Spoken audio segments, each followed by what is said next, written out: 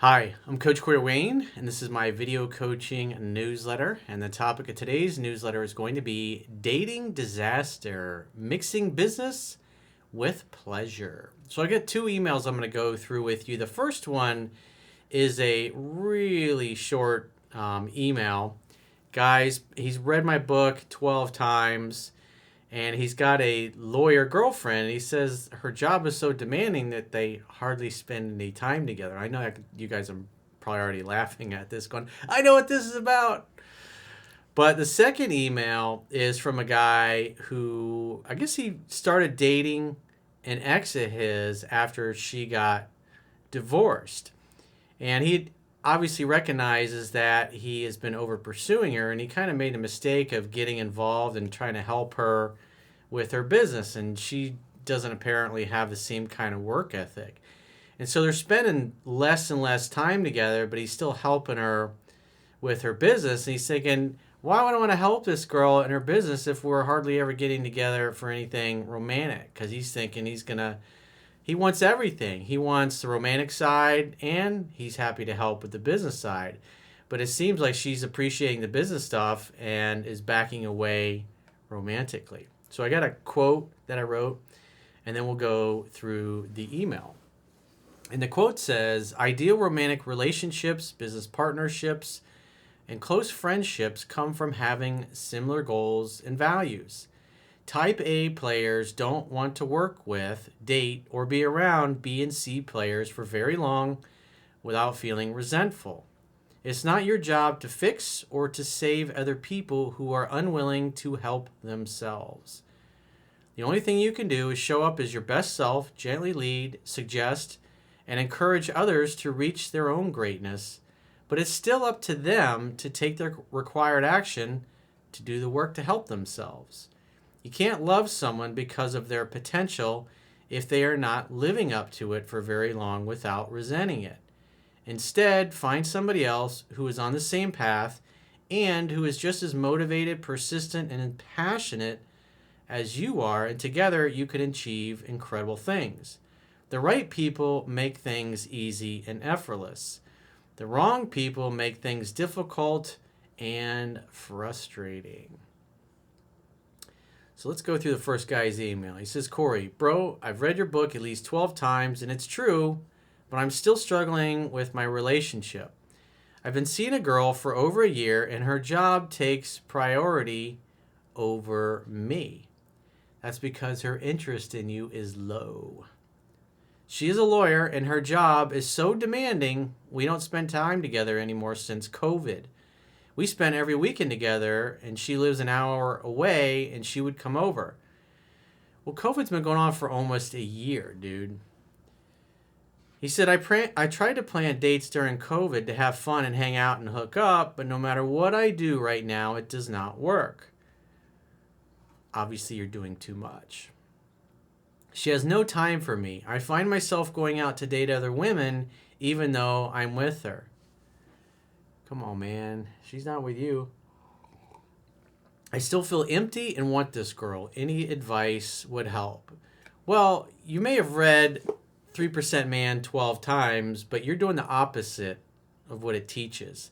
Never try to keep somebody in your life who doesn't want to keep you in theirs. If you take a step back and you look at her actions, what her actions show? She's more into her job than she is into you. And so that should tell you everything. You're just simply not a priority to her. She probably likes the attention and validation that she gets from you, but she's making no effort to spend time with you. And plus, on top of that, she's an hour away. So you're doing the right thing by dating other women. You're not technically with her. Maybe you haven't had that conversation with her yet, but she's making no effort.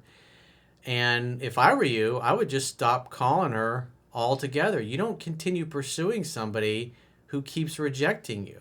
I mean, it's right in the book. You try twice. And if she still won't set a date, you don't ever call her or text her again for any reason.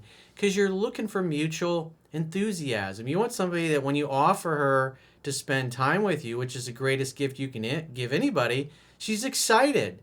She doesn't be like, or try to get you to go to a coffee date or lunch or some kind of BS platonic nonsense. If she's not excited about the opportunity to spend time with you, then you need to keep looking until you find somebody who is. That's the harsh reality. And dude, this girl don't give a damn about you. It's best to just don't call her, just start dating and moving on with your life.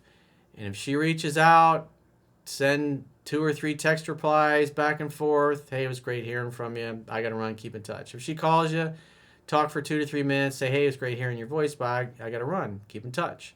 And that's it. And don't ever bring up getting together again, because it's obvious after a year and all the times you tried to get her to come over and she's just denied you. Don't ask.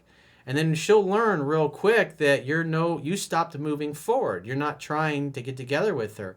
It almost sounds like you're nice, you're respectful, but it almost sounds like you're a little bored. And if you're not bringing up getting together again and then you're trying to get off the phone, obviously she's going to recognize that maybe somebody else has your attention.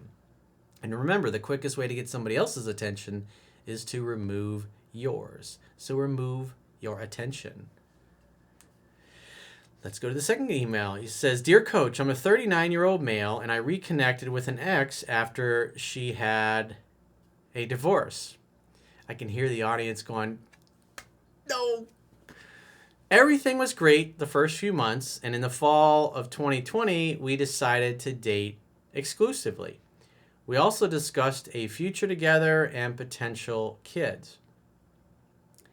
After the holidays, the effort was not 50-50. Well, anytime a guy tells me it's 50-50, it's just a matter of time before you get friend zoned or you get I'm confused, I need some space, I'm not sure where I'm able to be right now at this point in my life, I have to work on myself, I'm not ready for a relationship. It's like, you hear the same platitudes. Doesn't matter, because I talk to dudes on every continent and country of the globe, and women say the same things. It's absolutely amazing. They have a dozen or so canned platitudes, and it doesn't matter what culture, they just say the same things. It's so interesting. I wonder why that is. Obviously, we're all connected on some level spiritually. That's the only thing that makes sense. Unless there's a website out there that only women have access to, and they've got the approved platitudes for relationship scenarios, and they all memorize them. And I don't think that's the case. So, makes you think. We're spiritual beings having a human experience. We're not a bunch of mindless meat bags running around bumping into each other. I was doing a lot of the work in hopes that she would step it up. So you're trying to force things because you feared losing, and you're trying to force a relationship instead of letting her come to you. Obviously, I already read this email, so I know you haven't read my book yet, but you'll see once you start going through it, all the light bulbs will go off in your head, and you'll realize what you've been doing wrong. But what I liked about this email is there's a bunch of red flags in it that the guy who wrote the email is kind of dismissing like they're irrelevant, but they're huge red flags. And on top of that, she's an ex that he's trying to have a relationship with, somebody that went and got married and had a relationship with somebody else and eventually got divorced. Now, I'm not calling the kettle black because I do this occasionally with some of my exes, some of my lifelong loves, if you will. If we're both single at the same time, it's like, hell yeah, I'd love to hear from him. Doesn't mean I'm going to get into a long-term exclusive relationship, but it's so cool to get together with somebody after 10, 15, 20 years and reconnect and hear their stories and what they've gone through and what they've experienced, what they've learned, and see how they've grown and changed since the last time we were together. I'm just different than most people, and I think that's cool. Most people are like, what the hell is wrong with you, coach? I'm just not like most people. I'm on a different path. And if I wasn't on this path, I would have never learned what I learned to put in 3% Man or in Mastering Yourself, which you both can read for free. You can read both of them for free at understandingrelationships.com. All you can do is subscribe to the email newsletter. So back to our email. He says, but she took advantage. Well, it's like anything in life. If you don't have to work for it, you take it for granted. And you were basically acting like the woman in the relationship. And so therefore you made it too easy for her, and she just didn't appreciate it because she didn't have to work to earn you. She wasn't working to earn your attention and validation. I realized I was over pursuing her and coming off as being needy and feminine. She's told me that she wanted to have a romantic relationship with me, but her actions aren't consistent. Well, you can't force it, and that's your problem. You got to let women come to you at their pace. You should never do more than 20 to 30% of the calling, texting, and pursuing. Anytime it's 50-50, that's what you get. You get women that back away and become confused and they have platonic feelings for you. He says, how do I change that? You got to slowly back off over the next several weeks. He says, I told her when we decided to date exclusively that I needed communication, loyalty, and consistency along with effort. From what I can measure, all of those have fallen short of expectations, maybe even loyalty also. That's why you date, you test drive. But this is an ex of yours, so you shouldn't be surprised at any of this. It's like what's interesting is I had an Infiniti Q45 years ago, and I remember, let me think, I sold that thing in, I think it was 2006 when I sold my house. I love that car. It was beautiful. It drove nice. My girlfriends loved that car. It was awesome. Even the little munchkin, when she was little, used to love it because I had a little keypad in the back and she'd be changing the radio stations and stuff. And I had a lot of great memories, a lot of fun in that car. And I remember the guy that I sold it to, I think it was in Atlanta. And he flew to Orlando. And then I went and picked him up at the airport. We test drove the car. I went to his bank. He gave me the check. And then he drove it back. And, for weeks after, he's like, man, I love this car. It's amazing. I was like, I know. And I remember it was around probably 3 or 4 years later. I just happened to be looking, I think it was eBay Motors, looking through. And, the car was back on there. And I was thinking, man, it would almost be great to buy that car again. Because the guy had driven a lot and taken great care of it. But it's kind of like what it is. It's like you trade in a used car and you get a new model. And then 5-6 years later, or however many years this woman was married, you go back to the used car lot and it's got another, 10, 20, 40, 50,000 miles on it. It's obviously going to be a little worn out by then, a little more worn out. But that's basically what you did. You went back and got your old used car back. I guess maybe I've kind of done the same thing. But I only test drove it for a short period of time. And it was amazing. It's a gift. Gives you perspective in life. I felt since we are not in an official boyfriend-girlfriend relationship, I cannot call her out. Very beta of me. Through watching her videos, I realize it's about how she treats me regardless of title. Yeah, she treats you like she totally takes you for granted. Especially when she pushes you away and treats you like a second-class citizen and you keep pursuing her. He said, what makes our relationship unique is that I help her out with her small business pro bono. No bueno. Come on, man. You're trying to fix this woman. So she's a fixer-upper. So it's like you got the used car and you're like, you know what? With the new paint job, maybe some new tires, maybe change the oil, maybe fix some of the tears in the upholstery. It'll be great. But at the end of the day, it's still beat up. It's more beat up than when you had it last time around. And as we get older, obviously we don't look the same as we did 10, 15, 20 years ago. But when you love somebody's soul, it's still fun. We talk daily, every day, since we became exclusive. I understand using the phone for setting appointments, but I found myself using the phone discussing business, not always pleasure. And this, again, is more of your behavior of trying to force yourself into her life and get more control of what's going on in her life in hopes that you can get her to love you more. And that's just simply not going to work. You want the woman doing most of the calling, texting, and pursuing. And when you interject yourself now into her business life, it's like you just, without realizing it, you become her therapist and her platonic friend, not the hot guy that she's got to win over. I tried to help her set revenue goals, etc. for work, but she has a different work ethic than me. Sounds like she's a B and C player and you're an A player. And the reality is, the more you try to push the wet noodle, the more frustrated you're going to get, dude.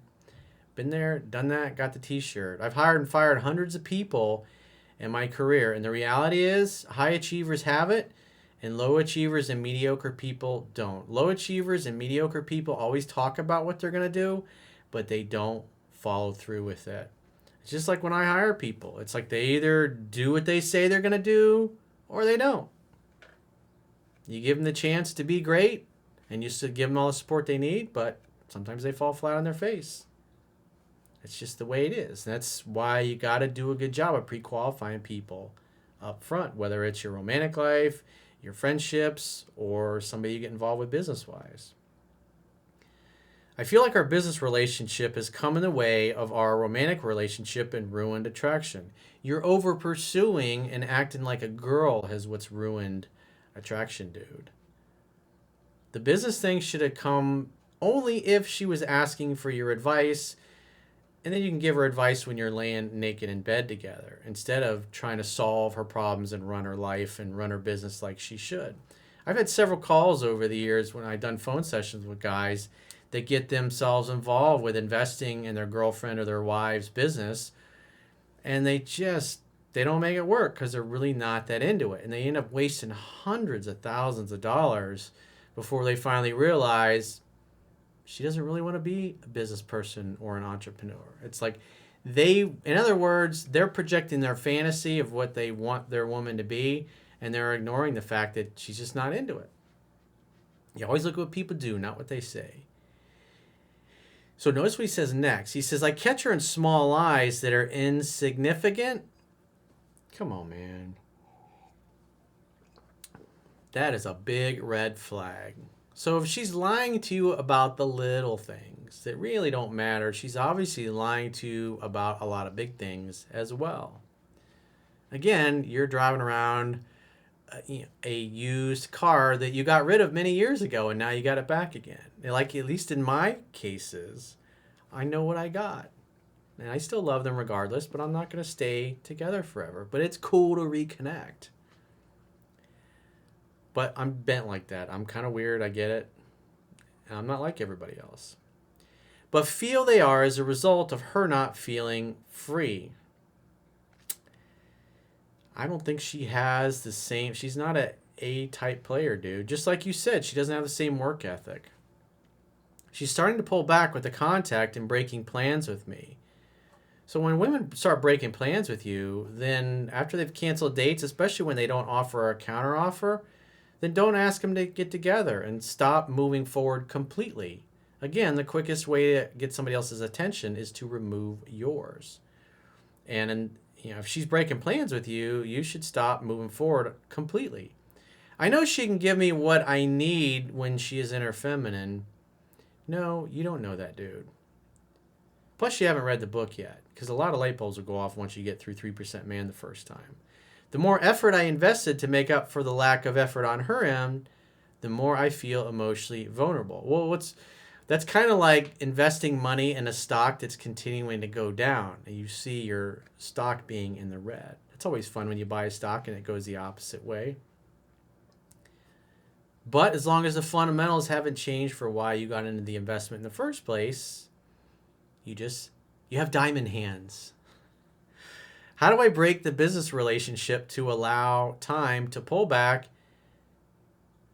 and build back attraction? So don't call her, don't text her again for any reason. If she reaches out and wants to talk to business, say, hey, well, why don't you grab a bottle of wine and come on over to my house and we can talk about it over dinner. And if she does anything but say yes to that, and then just go, hey, no problem, give me a call in a week or two and maybe I'll be up for meeting you out or going to lunch, or I'll have some more time to do that. Just withdraw that. Don't give her the business advice. If she's not willing to come spend time in person, just be busy. Tell her you don't have the time to talk, and you're willing to set some time for her, but if she doesn't want to come over, then call you in a week or two, and then you'll be up for something then. I'm all jammed up this week. Just busy. My schedule's crazy. It's crazy. It's just so crazy. Things have been so busy lately. Girls do it to guys all the fucking time. I don't want her to call me for business stuff at her leisure and not get any quality dating time out of it. Great.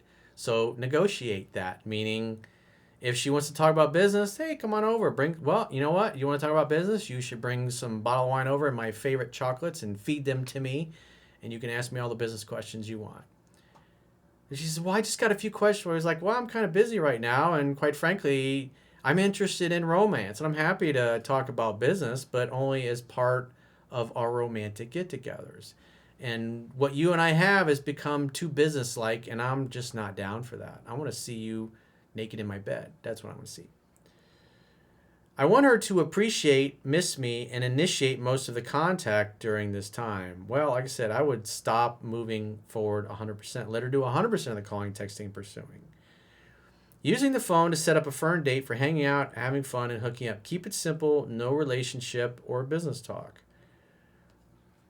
Well, like I said, if she wants to talk about business, she can do it while she's laying naked next to you in bed. And at this point, dude, I would want to see her come to your house for the next 3 dates in a row. And as long as you hang out and have fun and hook up all 3 dates in a row, then you can meet her out and pick her up and kind of do some of those things. But I would let her do all the calling, texting, and pursuing. And if she complains about it, just say, hey, yeah, you're not making the effort, and some of the things we talk about business, you're not really following through on it. So it kind of tells me that you're taking a lot of my advice for granted and you don't really appreciate it. And I want to be appreciated. Best case scenario, we let time pass to build attraction and ramp back up into dating via 7 principles get and expect. Now you're talking. In order not to over pursue, I want to know what is the appropriate contact ratio. You're, like I said, dude, I would let her do 100% of it at this point. Wait to hear from her. If she brings it, because she's been canceling plans. So I wouldn't even bring up making plans. If she wants to talk about business, say, hey, I'm kind of jammed up right now. I can't talk, but if you want to get together and bring a bottle of wine over, you can ask me all the business questions you want as we're looking into each other's eyes and you're mesmerized by my handsome, rugged, good looks. And then maybe a little kissy poo, and I might agree to be the Oracle of Omaha for you, as they call Warren Buffett. Something along those lines. But like I said, 100% of the calling, text, pursuing needs to be done by her. And so if you haven't got any of these sweet Teespring mugs, teespring.com, Coach Corey Wayne store. And if you'd like to do a coaching session with yours truly, maybe you're in a similar situation like this and you're emotionally distraught, things are going sideways, maybe it's your marriage, your relationship, your girlfriend, and things aren't going well, and you'd like my help and my assessment, go to understandingrelationships.com, click the products tab at the top of your screen, and book a coaching session with yours truly. Until next time, I will talk to you soon.